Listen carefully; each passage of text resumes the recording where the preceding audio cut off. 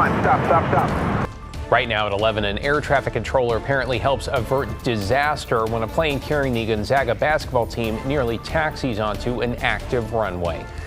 Plus, new details on the Seattle stowaway suspect, what court documents reveal about how she allegedly made it past the first TSA check. But first, opened the garage door and I saw like a lot of smoke in there. Running from their home with just seconds to spare as a family learns they lost nearly everything because of a battery.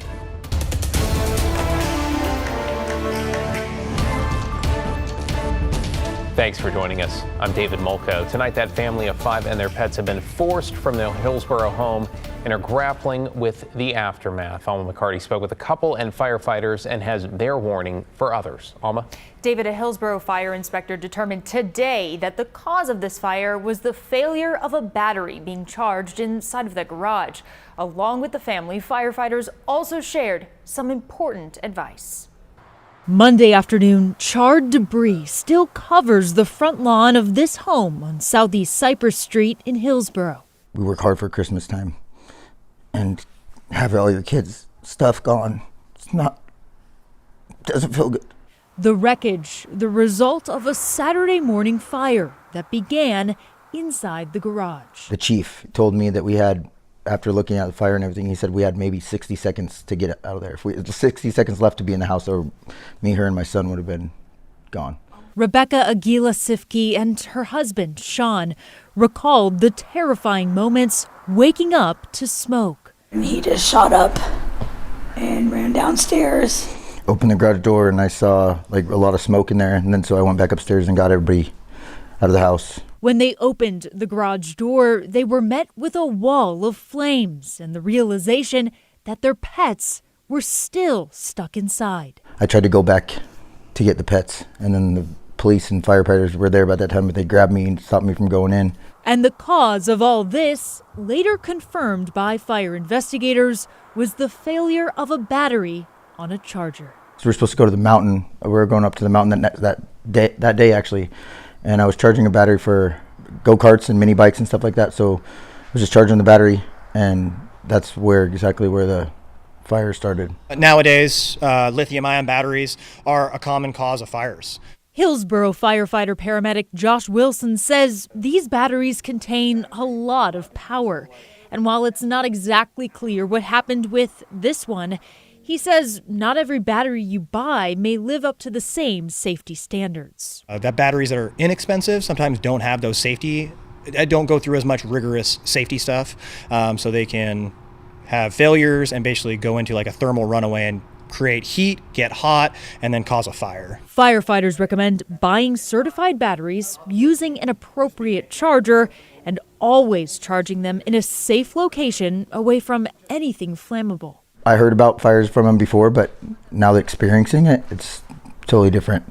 Now safe at a nearby Airbnb, the family told us they're grateful for the crews that rescued their precious pets. They saved all of our animals. Yeah, they kept bringing them. Turtles, a lizard, lizards, hamster, and 4 dogs.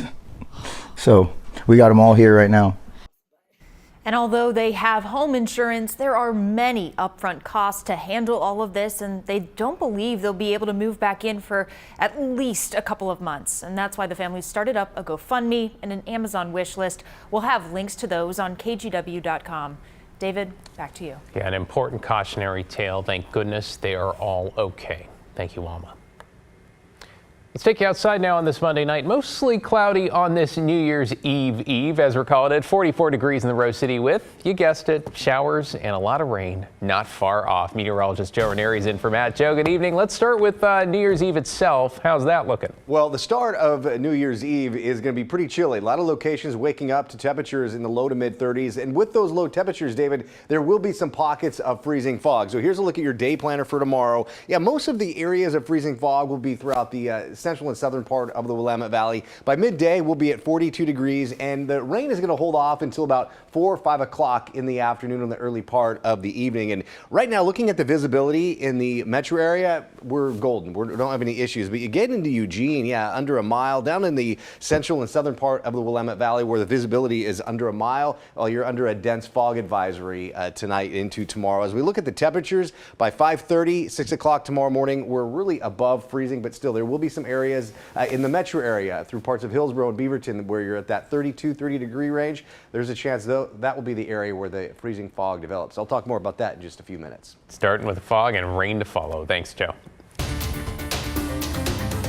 Caught on camera, new video shows a close call at LAX involving the Gonzaga basketball team. On Friday, their private charter flight from Spokane had just landed when it apparently taxied too close to an active runway right as a larger Delta jet was taking off. Take a look. Stop.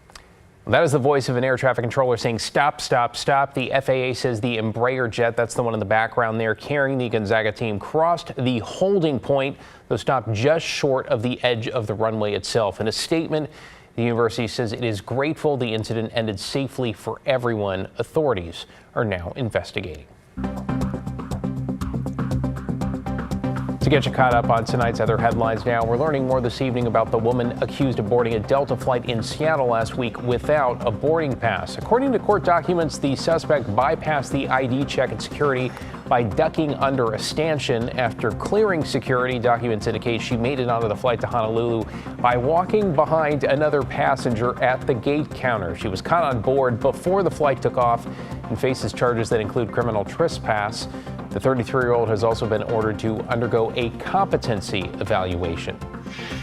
In Tigard, police have arrested and charged a driver after a deadly overnight crash. The suspect, 44-year-old Jason Burgess, is accused of driving under the influence and with his juvenile son in the car. Authorities say his pickup collided with the car around 12:30 this morning on Highway 99W, killing the driver of the other vehicle. Burgess faces multiple charges, including manslaughter. And 2 people are under arrest after Portland police say they were involved in a smash and grab at a marijuana dispensary.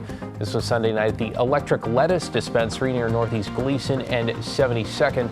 Police say the thieves crashed a stolen car into the storefront and left in 2 vehicles, including the one they used to break in there. The teenager and adult are both charged with burglary and criminal mischief.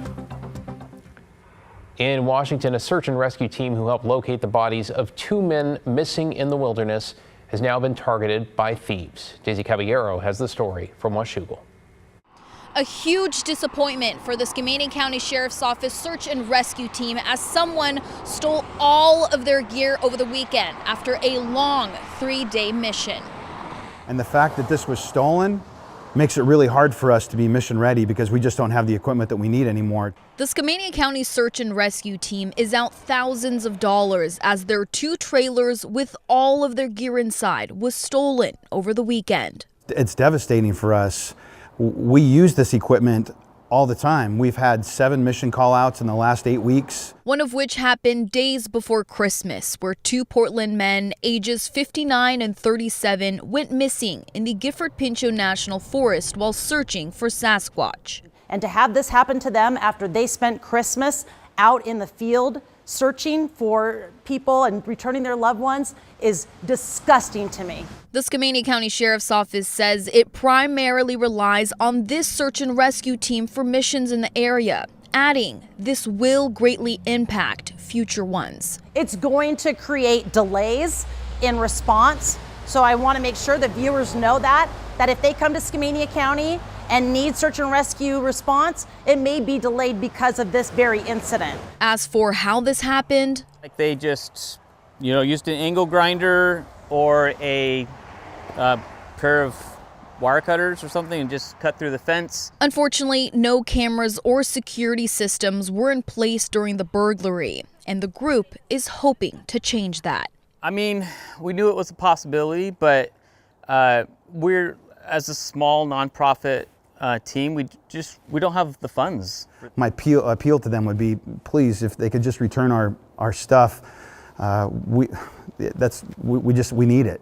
As for the two men who went missing, the sheriff's office is not releasing the names, but says the medical examiner's office will be conducting a full autopsy, as they currently believe they died due to exposure based on weather conditions and ill preparedness. The search and rescue team has started a GoFundMe page that has already raised over $26,000. If you would like to help them and donate, we'll have a link on KGW.com a little later tonight. In Skamania County, Daisy Caballero, KGW News.